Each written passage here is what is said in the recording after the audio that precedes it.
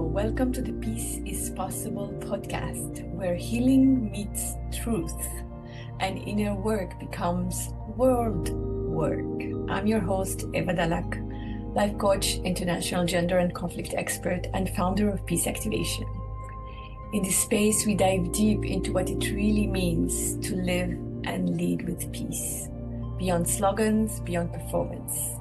Each episode offers raw conversations, personal reflections, and practical tools to help you cultivate inner peace and create safer, more conscious space around you. If you believe peace is possible, not just globally, but right here in your body, in your relationships, you're in the right place. Subscribe wherever you listen to the podcast and visit peaceactivation.org to learn more.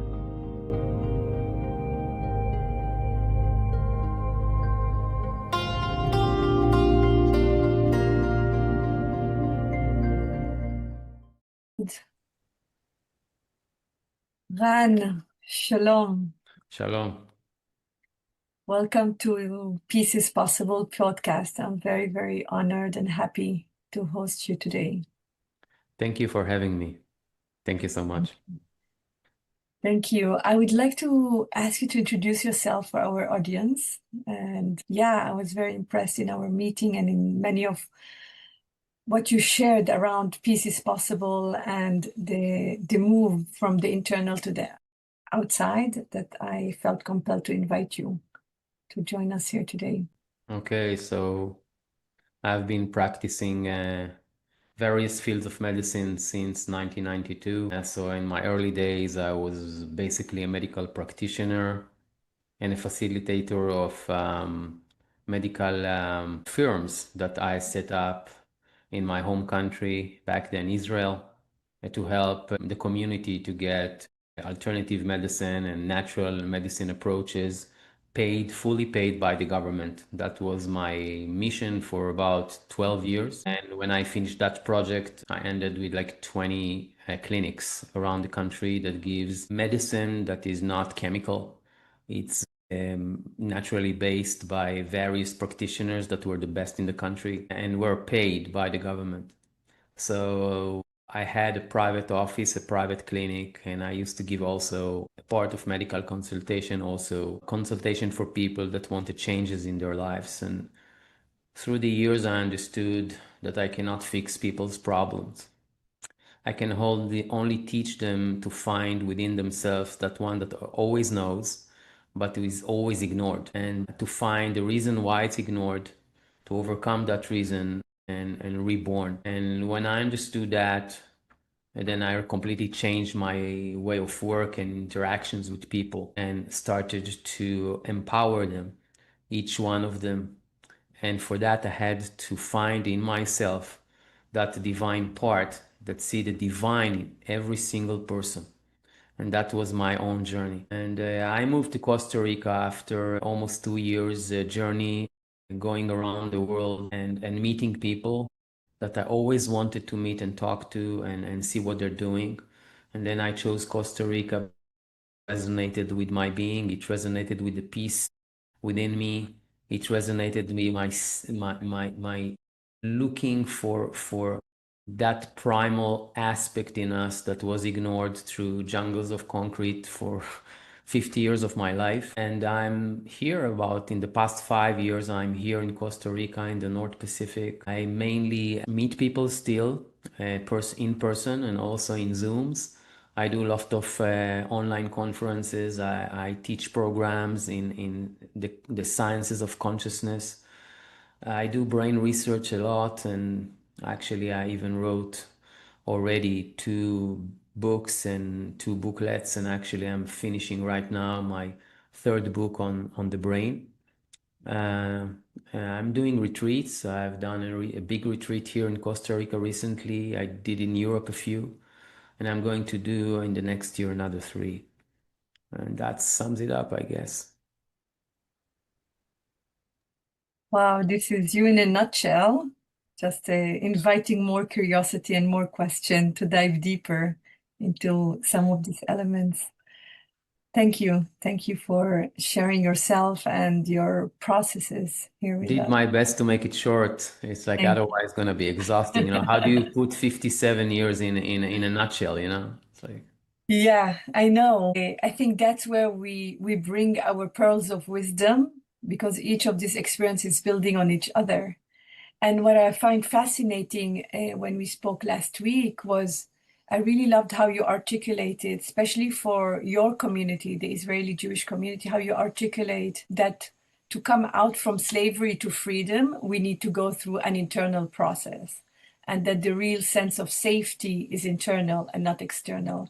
And I find that very, very pertinent for what we're currently experiencing. Would you say more about that? yeah, of course. Thank you for asking that. This is a question that I always ponder on. Although I know the answers, I always find new angles to answer it. And in that process, I'm getting more expanded by answering this in a different way. And this is a new experience, another experience for that. And thank you for that. The kernel of this whole thing is our mere basic education and teaching that we are mortal and we are expendable and we have a short life and then bye bye. And when a person thinks this way, he's trying to get away from things in his life just to survive the life he still has to live. Like you have to try to gain whatever you can as long as you're alive. And this is kind of put all of us here in the planet. It doesn't matter where we live, doesn't matter how much money we have. We have a timer on us and we're gone. And this is like surpassing cultures, it's surpassing countries. The timer is on all of us. This is the education process that we have went through since we were born. And the reason is that is because our parents, that's all they know. Their parents is all they know. And then we are having an agenda that is very short termed, has not much to give us prospect to, because think about that. How much wisdom and how much what you call a pearls of wisdom a person can gain in 60, 70, 80, 90 years. And that at least half of that you are working for money, third of that you're sleeping, part of that you're in airplane or driving, you're in the toilets. What's left for the part of you that came here to be something more than a digestive system with legs? You know, what that part has in you, and why should this part still live in you if you're not acknowledging it and just surviving all day long? So we are taught to survive. We are educated to survive. And because of that, we are acting like savages. We are acting out of fear. We are acting out of something that is called scarcity nowadays. When you act like that, you cannot develop, you cannot expand, you cannot evolve because you're always holding on just in front of death. Now, this puts people into conflicts. It gives them the permission to be territorialistic. It gives them the permission to fight all day long for their survival. And in that explosive environment, all you have to do is light a match and you have an explosion. You have another war. You have another conflict. It's so easy to do that when you put people into a survival mood. This is the easiest thing to do, and it was used as a force of control throughout history. Technology doesn't matter. The dates doesn't matter. The principle is the same. A person is taught that is so vulnerable, he's so small, and just has to survive this, I don't know, 60, 70 years, then he's taught to believe there is a bigger force outside of him. It can be God somewhere in the sky. It can be government somewhere in some office. It could be the army in some camp. It can be the police officer in some station. So he was taught to seek help, to be obedient to a higher hierarchy in order to save him from his own mind. Now, this way of thinking took the power away from us and put the power in the higher realms of authority, of governments, and eventually some God that has always some business with us, and from some reason as an open book, and we are always in debt. This is the programming. Now, to make this programming more intense, you have taxes, you have bills, and you're always in debt, and you have to pay all day long. So people are always has to survive their day, survive their week, survive their month, survive everything. Now, it came to the point that the person doesn't have time, energy, education, focus, which is the most important thing, in order to go within and ask himself a simple question. What am I? Why did I come here? What's the reason for me here? Where do I go? What's my mission? What's my destination? Where is the reason for me to come here? People don't get this education, which has to be given to them when they start to talk. They don't get that. They just look around and they see their parents fighting. They see their peers fighting. They then see the news, everybody is fighting, sorry.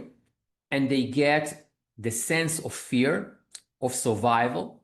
And every time they need comfort, they are taught to go to the fridge, to find a job to get a lot of money, maybe to buy a gun to protect themselves, maybe to find themselves some community that can protect them by the means of money, by the means of guns, by the means whatever. So we were taught that power is outside of us. And this is a thought form of a mortal, which means a somebody that think that life is short and is flesh and blood, and the whole thing is gonna go to the graveyard. And actually, this is the strongest status quo in the planet, is a graveyard, by the way. It's stronger than taxes. Now, what if we were taught that we are not a body, that we have one? What would happen to us if the education was that we are just holding bodies as ways of expression and we are going nowhere because we were always here? We are not going anywhere. We are here. So then you're not renting your house and you can kill the walls, kill the facilities and go away. No, this house is your home. You will always come here. You are off here. You cannot just dump things, create wars, kill people, offend nature, and then you die and that's it. No, we will come back here. We were always here. We made this place for ourselves to explore. This is our home. When you think this way, you don't think in 70 years. You don't think 60. You don't think 90 years. You don't think even in the terms of your own gender or your name. Those things are just temporary coats. They are garments that we just shell out when it's our time to change. What does that mean? It means that for the first time of a kid, maybe in a new generation, he will understand that he is consciousness, that he resides in a body, that our thoughts are not local, and most of all, his thoughts are things and they are matter. When I'm saying matter, which means our spirit create what matter, which means we are wearing our matter. We are wearing the flesh. We are wearing the expression. That means that the power is within. Every thing you think, you will experience.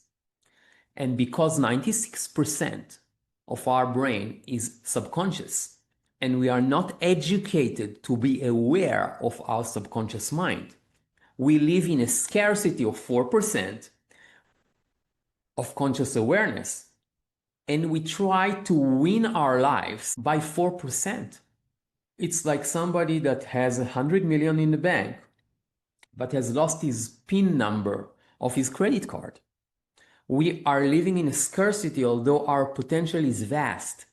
So every time something happens to us, we complain and get angry and put it on someone else, of course, the government, the spouse, the other side, whatever it is, because we are not aware of the mechanism that creates reality, which is within ourselves. We are focused on survival. Our subconscious is programmed to survival. And a survivalist, in order to survive, need to create for himself a hostile environment. So we have created a hostile environment to justify our survivalist beliefs. When we learn to take responsibility, or what we can say better, accountability for our own processes of mind, for our thoughts, we will stop being prostitutes of the mind and start being shamans of our own state of spirit. This means that we are clearing the house and we are inviting in only thought forms that are evolving, encompassing, expanding, accepting, and loving. When we do that, we will find out some amazing things. That the reality around us changes, that people around us starting to change, the feeling are changing, and you say, oh my God, they have changed. They have not changed. What changed is the reflection that you see. Other people have their own journeys. But what would happen if every person on this planet would get education from age 5, not to save the planet, to save his own world? Would we need police? Would we need armies and laws if every single person will be a sovereign of his own mind? This is what I meant about changes within. I hope it kind of answered your question. It does. The question that follows is like, how are Israeli Jewish that come to Costa Rica, running away from Israel and what's happening right now there, how do they take in? Because this is a trauma, survival is a trauma response. And so how do they accept, if they accept this perception, and how do you work with that, with them, with people that are coming convinced of the righteousness and convinced that they are the victim? First, I came to Costa Rica not just because I ran away from Israel. Actually, I came here not in a time of conflict. I came about 5 years ago. Everything was relatively calm. I came because that was my personal journey, and I wanted to do some project here, ecological projects, which I did. And that's like my personal achievements, and I really like it. So it was some kind of a personal quest for me. But along those years, along that last 5 years, things happened. Corona happens, war started, and yes, people started to flood over here. And I must say that they are still survivalists. And I see how they behave and I see how they act. And what I'm saying is, a refugee is not a refugee from his country. A refugee is trying to run away from a state of mind that he inhabits, and wherever he goes, he takes it with him. You cannot get away from your mind. You cannot get away from your fears. You have to be bigger than your mind if you want a new mind. If you want to save yourselves from survival, you have to be bigger than your fears. And most people that come here, they are not achieving that because they are literally replicating all the time. When they come here and they start talking about huge problems that started here in Costa Rica since they showed up here, they have tons of problems. Why? Because if now they don't have war, they don't have guns, they don't have bombs on the streets, they are creating demons within their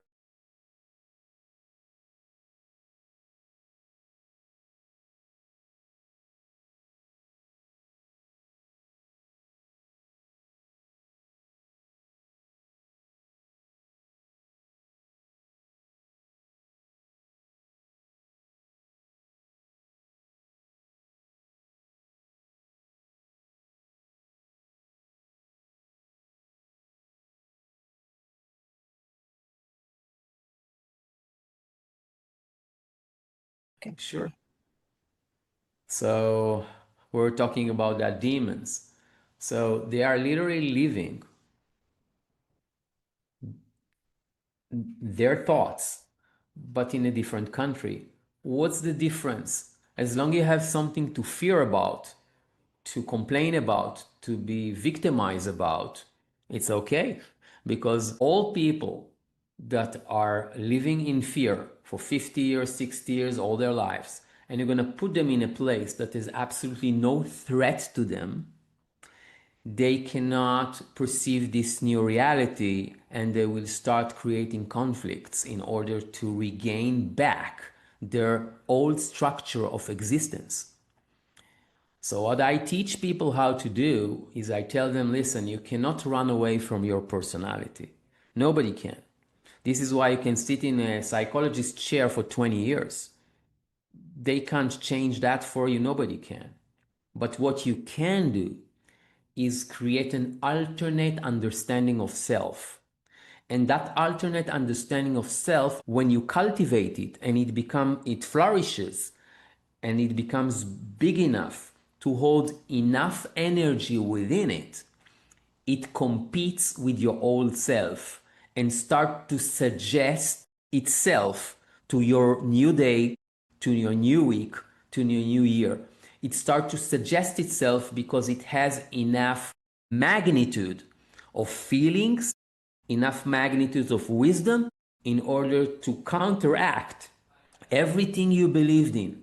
And the way to do that is to go within, which that's an old term. In our new term, we call it trance states, which is a way of a person just before he went to sleep, but he's not sleeping, or just before you wake up, but you're not awakened yet.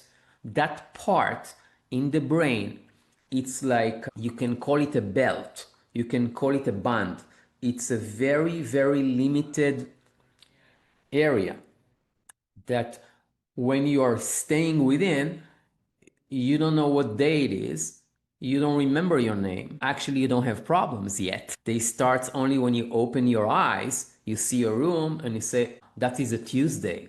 Okay, my name is, and then all the problems starts to come, tuck, tuck, tuck, tuck, tuck, down. But before that moment, you don't have any problems. So what does that mean?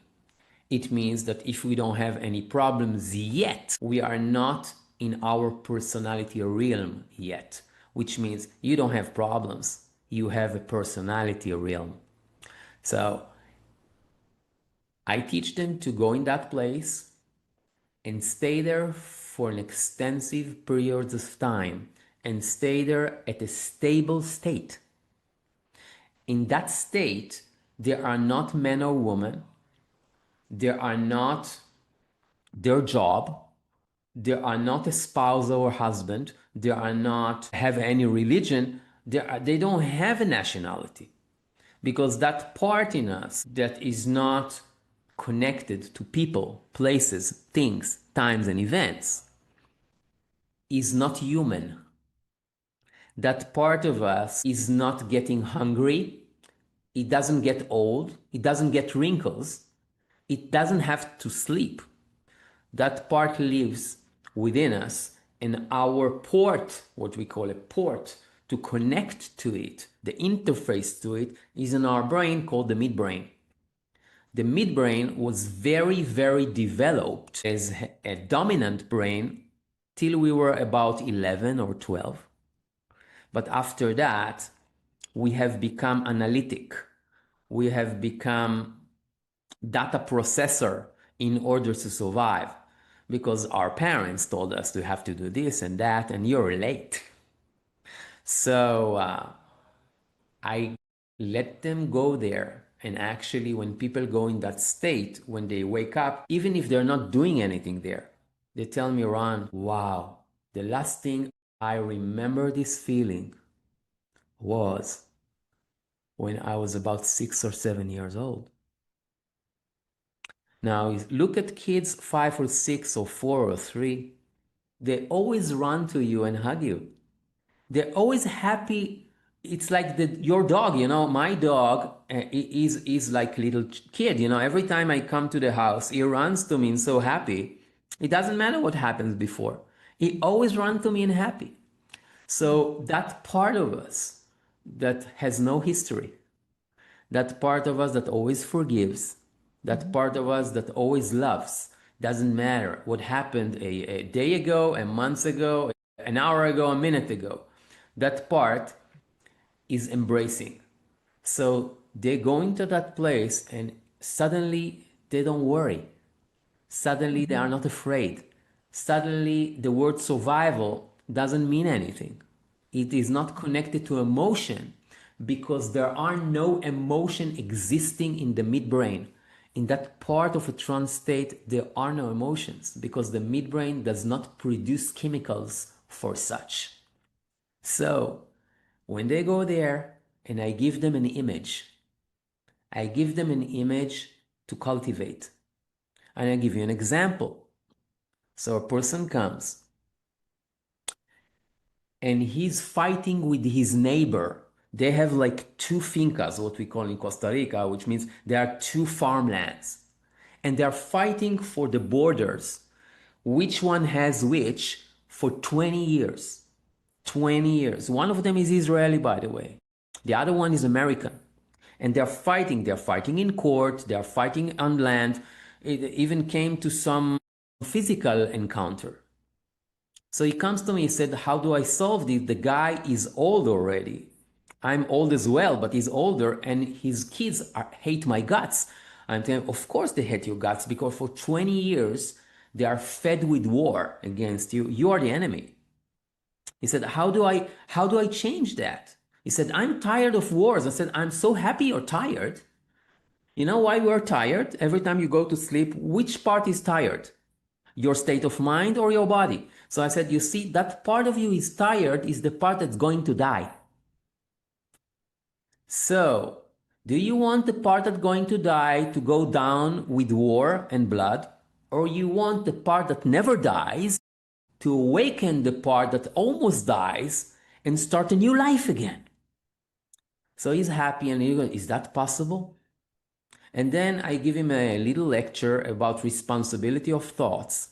And then he understands that his neighbor has problems that has nothing to do with him.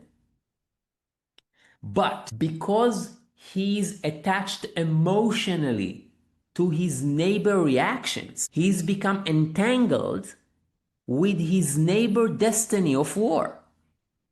So I teach him to go into a trance mode. It takes him about a month to learn to not go into sleep and just float in a bubble mode, which has no time, no space, and no body. And then I give him a suggestion. I suggest him a scene. And that is the scene that he imagines in that part of his brain, in that state of mind. He imagines the scene and look at the scene. The scene is very simple, super simple.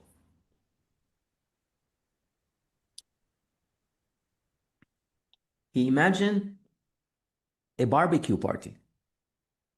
And the barbecue party is located exactly on that hill of conflict that they have, below that huge tree that each one is claiming for 20 years. and they have a huge barbecue party. And he's doing the meat, and the kids that hate his gut are coming happy and asking to put that meat in a pita bread. And he put in them, and they go, and then they call their father. And he comes and he said, wow, it's so tasty, can I have two? And that's it. Sounds like you solved the Palestinian-Israeli conflict. It took him another month just to be able to put this construct of sin, that's a very short scene, this construct of sin, to accept this thing in his mind. And when he went into a trance and started to envision this every day, before he goes to sleep, he went into that state, and immediately when he woke up, he found out that the whole feeling he going to sleep with and the whole feeling he wake up with has changed. One day, he woke up in the morning and he started to do that, but he felt so good with himself and felt so happy with energy, he couldn't understand it. So he went out to the hills to walk, to take out this energy, because he could not stay in bed to do the trick. He couldn't. He find himself on that hill. It's 6 a.m. in the morning. And surprisingly enough, his neighbor was there as well. So he looks at his neighbor, and first time in 20 years, the neighbor is smiling. And he said to him, I knew I'm gonna find you here today. He told him, how's that possible? He said, I woke up in the morning and I felt an urge to come here because I wanted to meet you. And he told the neighbor, okay, what do you want to say to me? He said, I'm going to tell you something. This is the neighbor. The neighbor didn't do any work, okay? He was doing the work. The neighbor says something like this: I have an idea. I don't know if you can accept it, but how about we create here on the hill a party and both families will come? Now I'm going to explain this.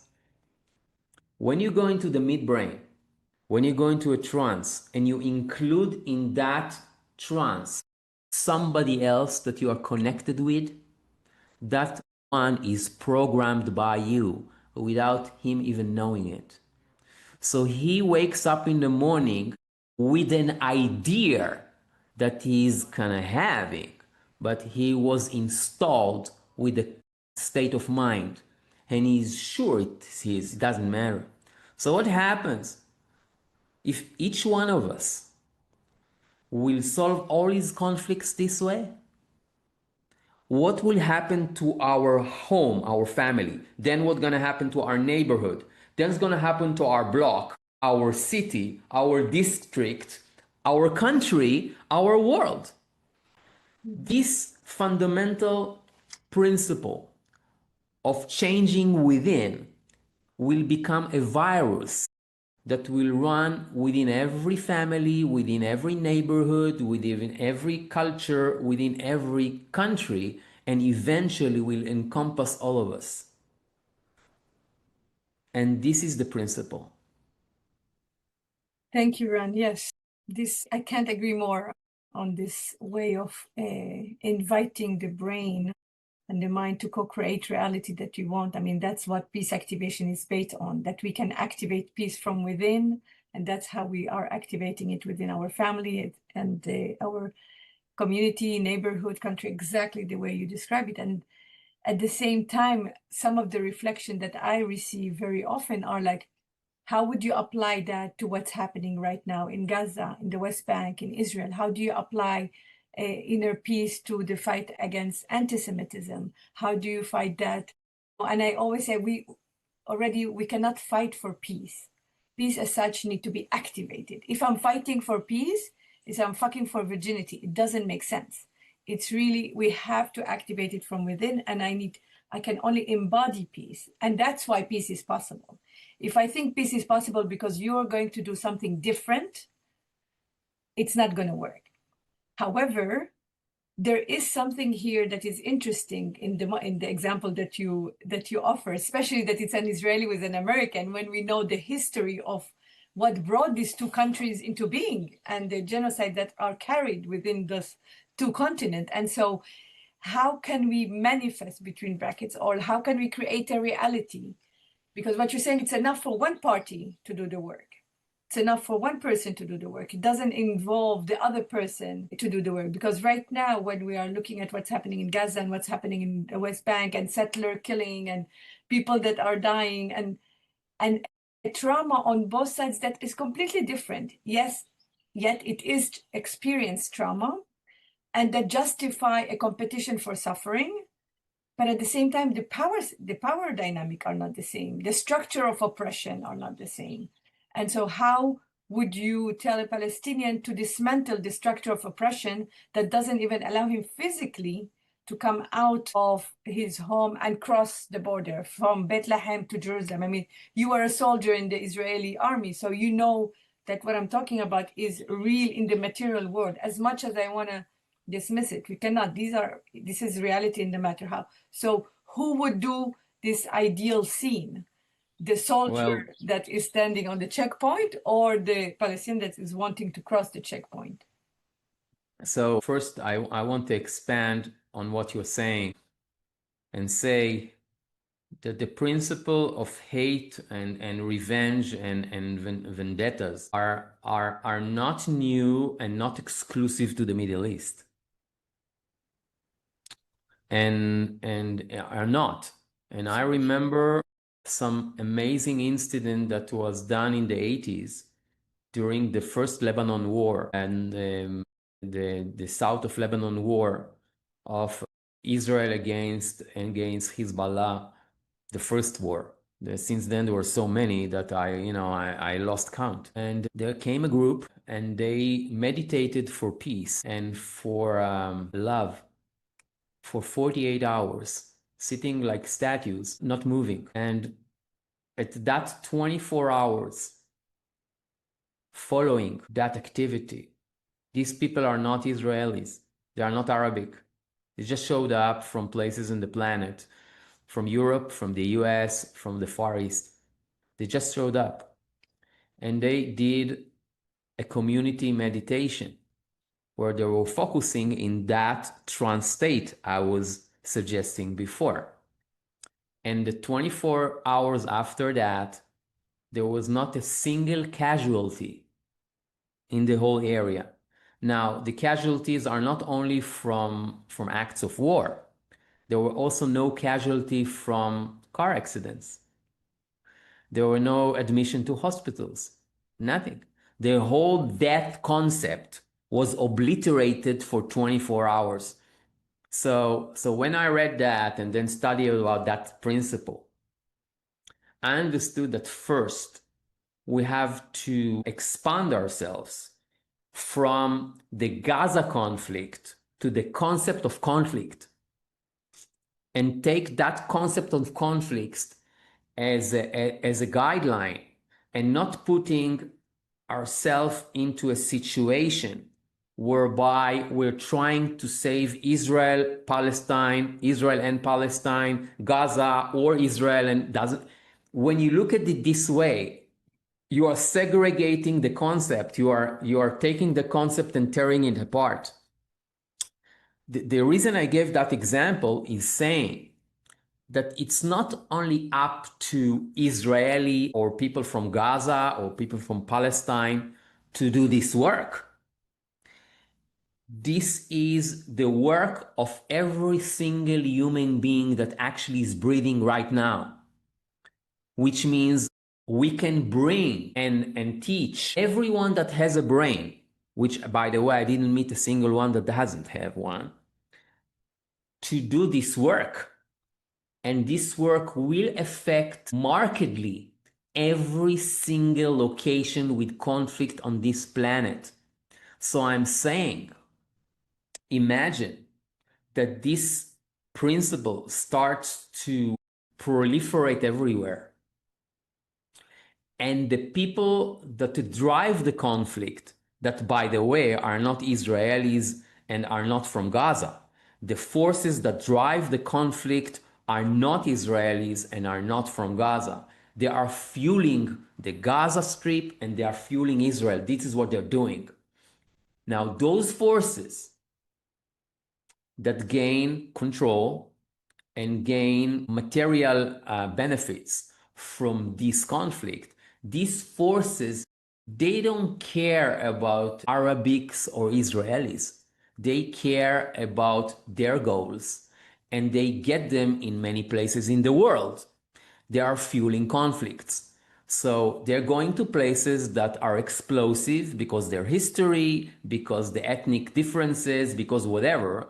And they do what I said in the beginning. Everybody there are in survival mode and they just throw a match into that and everything explodes. They don't have to work so much.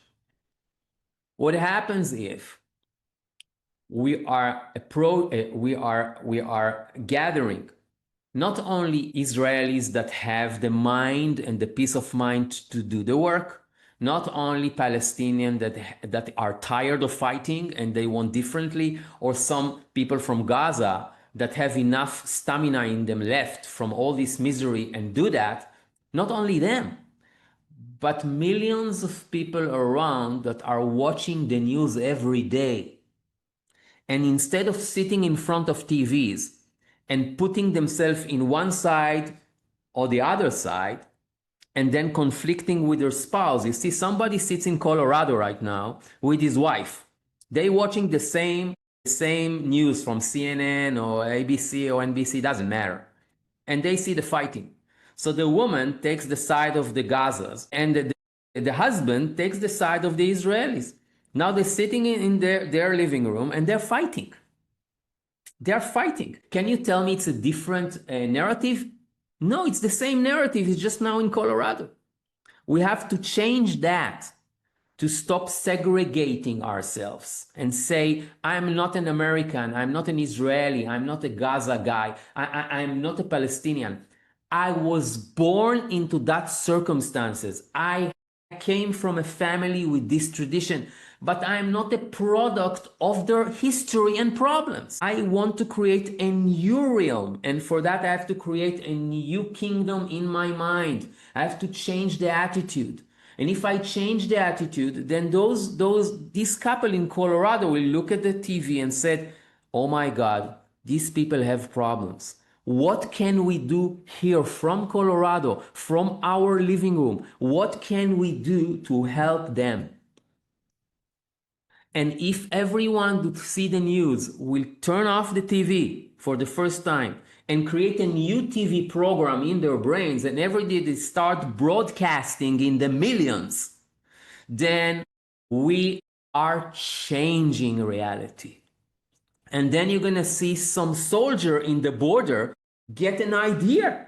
He doesn't know where it came from. His heart opens, and instead of shooting someone or trying to run from something, he embraces, he stops, he just stops. Then you see some boy that is programmed to hate soldiers from age 5.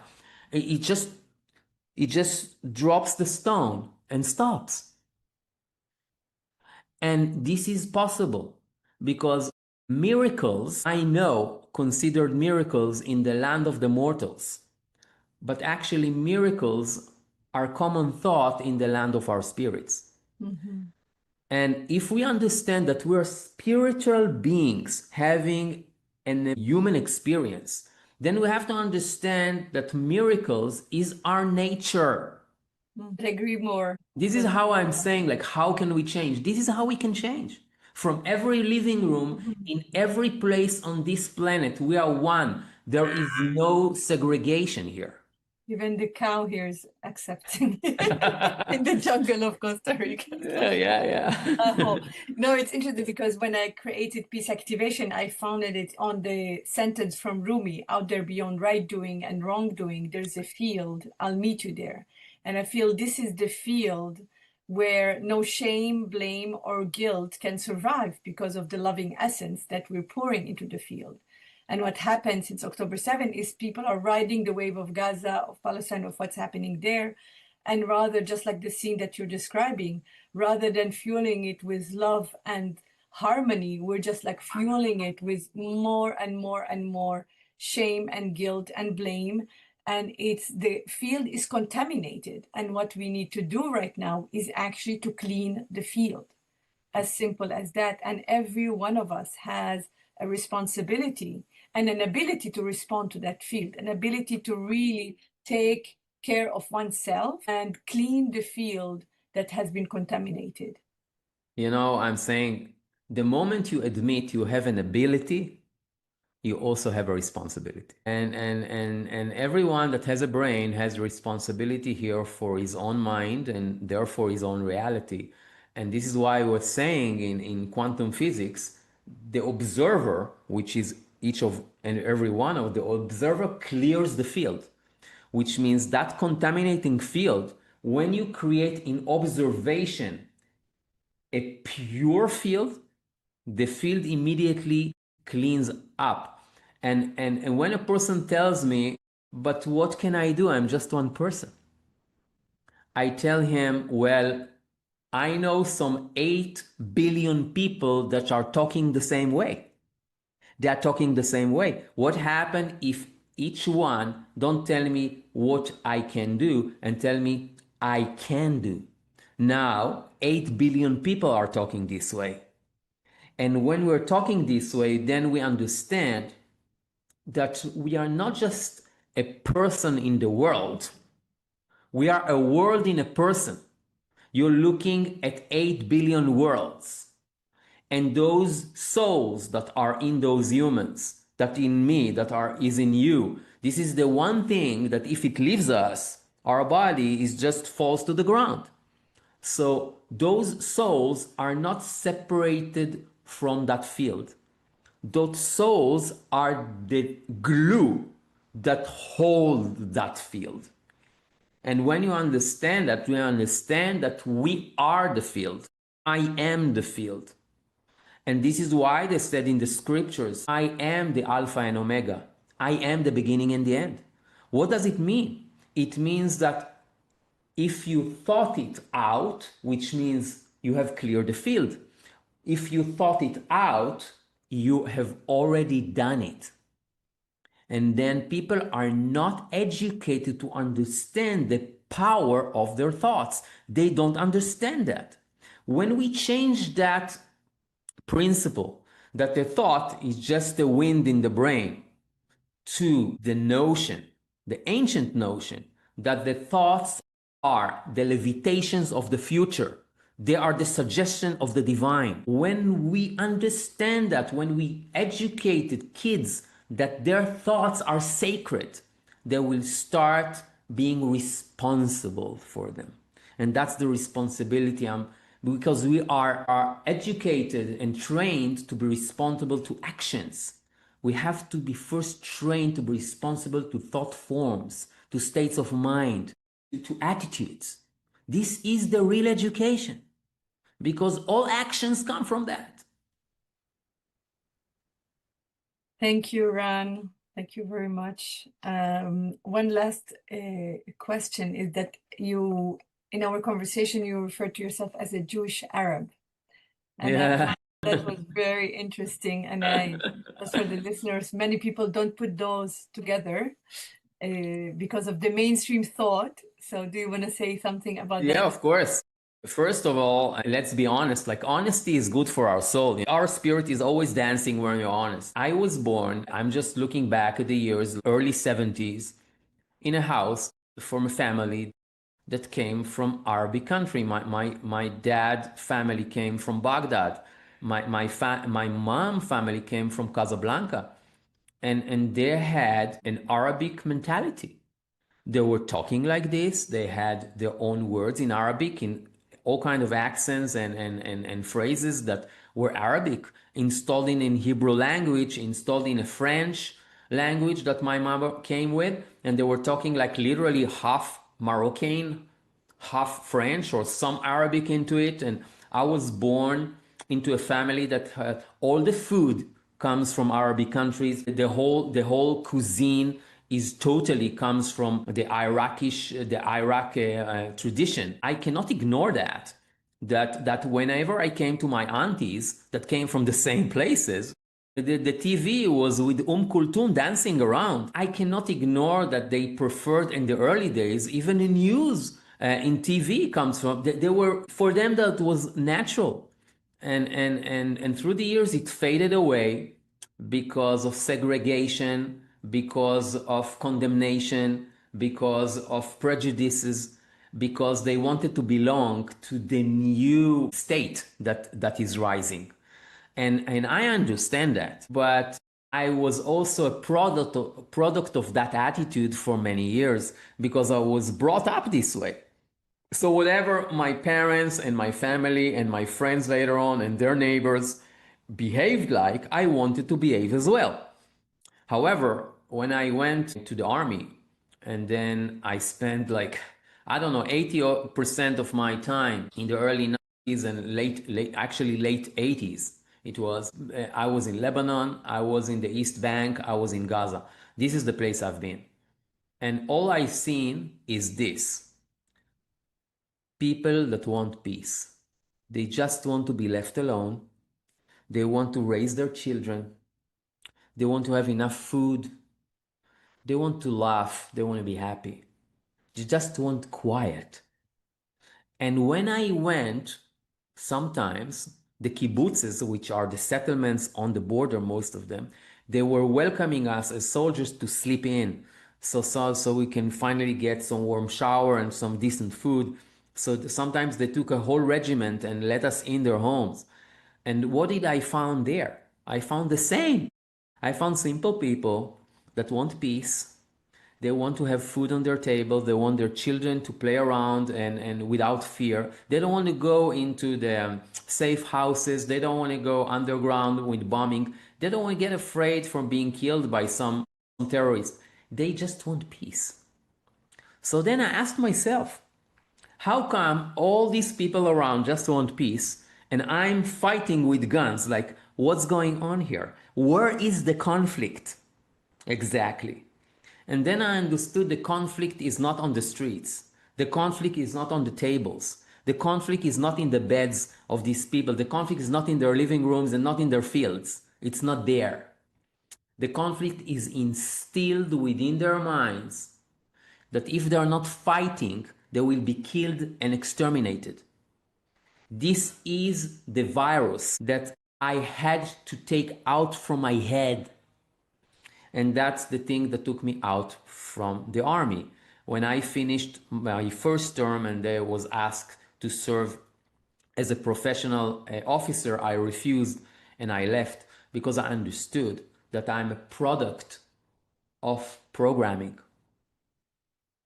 So I went back home, did some studies, I did some various degrees, but at certain point I wanted to settle down, and then I moved to a moshav, started to have kids, and this is like a settlement, agriculture settlement that was literally on the border, I can say, of the Sharon in the East Bank. So I was surrounded with Arabic villages, and I was buying food there. I was later on giving services, some medical services to the community there. And in time, I made friends and they came to our home. We were having lunch, we were exchanging foods. And suddenly they tell me, Ran, you're cooking like Arabic. Like, are you Arabic? I said, yes, I am. And then they're like, oh, really? And then we're sitting and talking, and I find myself going back to my childhood. And later, after like, days go by, I find myself that I don't look at them as the Arabs from the other side anymore. They became my friends. I was personally involved with their lives. And then I understood that you cannot run away from your history. We cannot run away from history. We have to embrace our history as a platform for understanding and evolution. This is why we have a history. But our countries do not profit from evolution of their own citizens. And this is why I decided to make friends as much as I can and change my identity within me to a Jewish Arabic, because that's the only way I can mend the part within me that were torn even before I was born. And this is the only way to go, because there is no really, in the eyes of our spirit, in the eyes of our soul, there is not really a segregation and a division. Because think about that.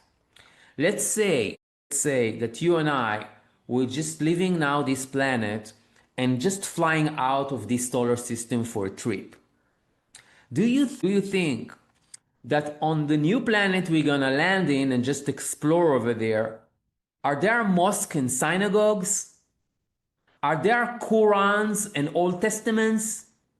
What do you think over there? Are there some Palestinians and Israelis there just replicating all these things? No. So you understand that we are, when we are focusing on this conflict, we are minimizing our eternal souls that belong to the whole.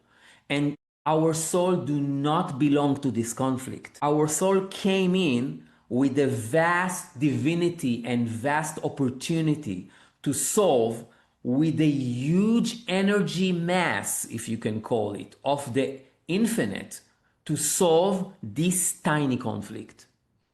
So I'm looking at myself at that point of view, and I'm not looking at somebody because he was born, his soul was born into an Arabic family, it means that he's my enemy.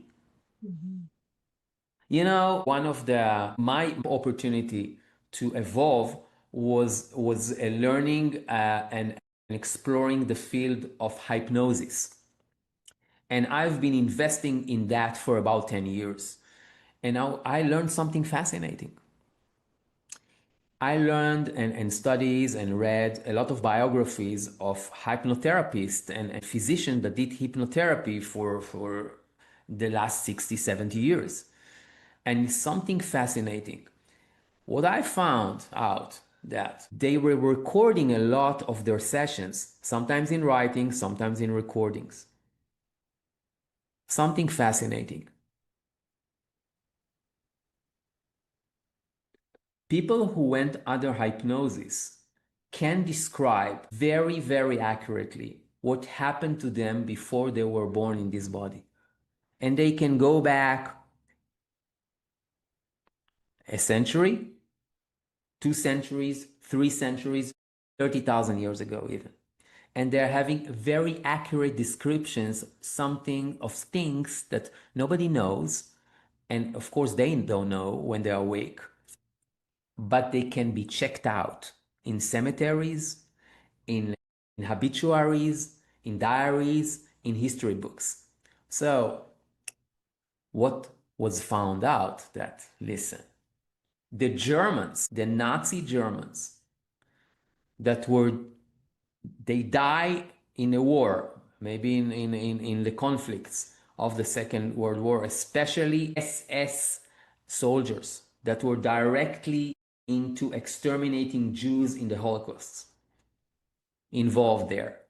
When they died, their reincarnation came into Jewish families in the new Israeli state back then in the 40s.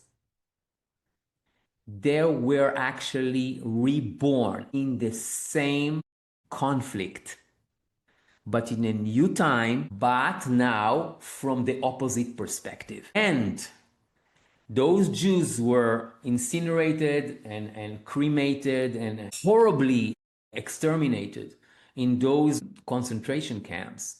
When they died, their souls were reincarnated in the new German culture started in the 50s in Germany.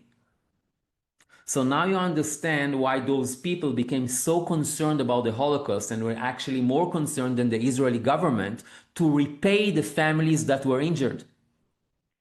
because they have within them the urge to make amends from some reasons they didn't understand, but it was driving them like crazy. And then you understand why those ones that were born as Jews but were SS soldier killing Jews were looking at now conflicts around them and saying, we don't want war. We don't want to fight now.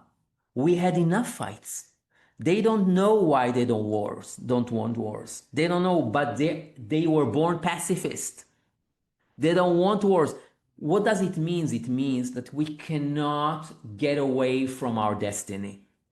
If I'm saying he's an Arabic and I'm a Jew, and because of that, he should be condemned, killed, and exterminated, I will experience in my next reincarnation this judgment on my flesh and blood. This is what Salah ad-Din says, by the way, to his son. He said, my son, you should know that spilt blood never rests. You never kill someone unless you really have to. You never spill blood unless it comes against your own life and existence. This means we are not a speck of dust. We are the creators of circumstances. And when we are creating here a circumstance, we have to understand that in the eyes of our spirits, it stands in the light of all eternity. So I'm trying and doing my best to make all my choices in the light of all eternity, which means I will, in 1,000 years from now, in another body, look back and said, I've done well. I have done well. And this is my take on Jewish Arabic, you know. Beautiful ending. This is what we call the karma, the dharma, maktub, all the different culture.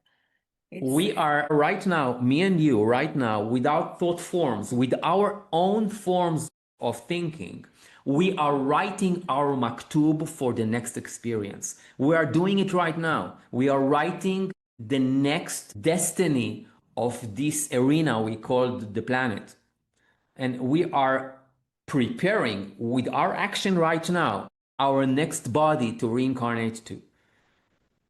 So I don't look at myself as a Jewish or an Arabic because if I segregate myself this way, I'm segregating my soul from its creator, because the creator loves us. It never takes. And if it loves us and never takes, it loves all of us. Wherever we are formed, we have white skin, dark skin, green eyes, blue eyes, living here, living there. It doesn't matter. We are standing in the presence of our God. And that God is all encompassing. And thanks God, it lies in the mosques, it lies in the synagogue, it lies in church.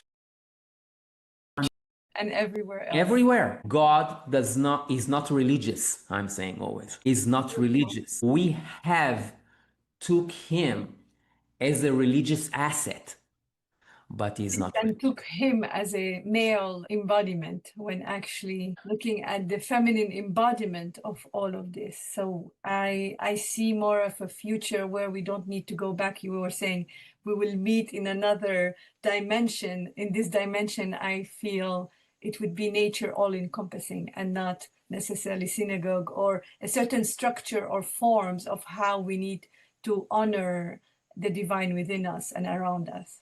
And that's where grace, the feminine power, comes in. Ran Kalif, thank you so much. Thank you so much for having me here. And by the way, I just want to give you special thanks because I may know things, but because of you having this initiating of podcasting and broadcasting to so many people, I have the opportunity to offer another way of looking. By your initiative, by your ability to do it, I get the opportunity to express that. And for that, I thank you so much. Thank you. Thank you so much, Ran. Thank you for being here. Thank you for listening, for feeling, and for holding space with us. If this episode moved you, please support the Peace is Possible podcast by subscribing, sharing it with friends, or posting it online. Every ripple counts. We'll be back next month with another conversation that dives deep into what it truly means to activate peace within and around us. To support the vision behind Peace Activation, visit peaceactivation.org and follow along on social media. You'll find both Peace Activation and me, Eva Dalak, across all platforms. Until next time, may you meet yourself and others with peace.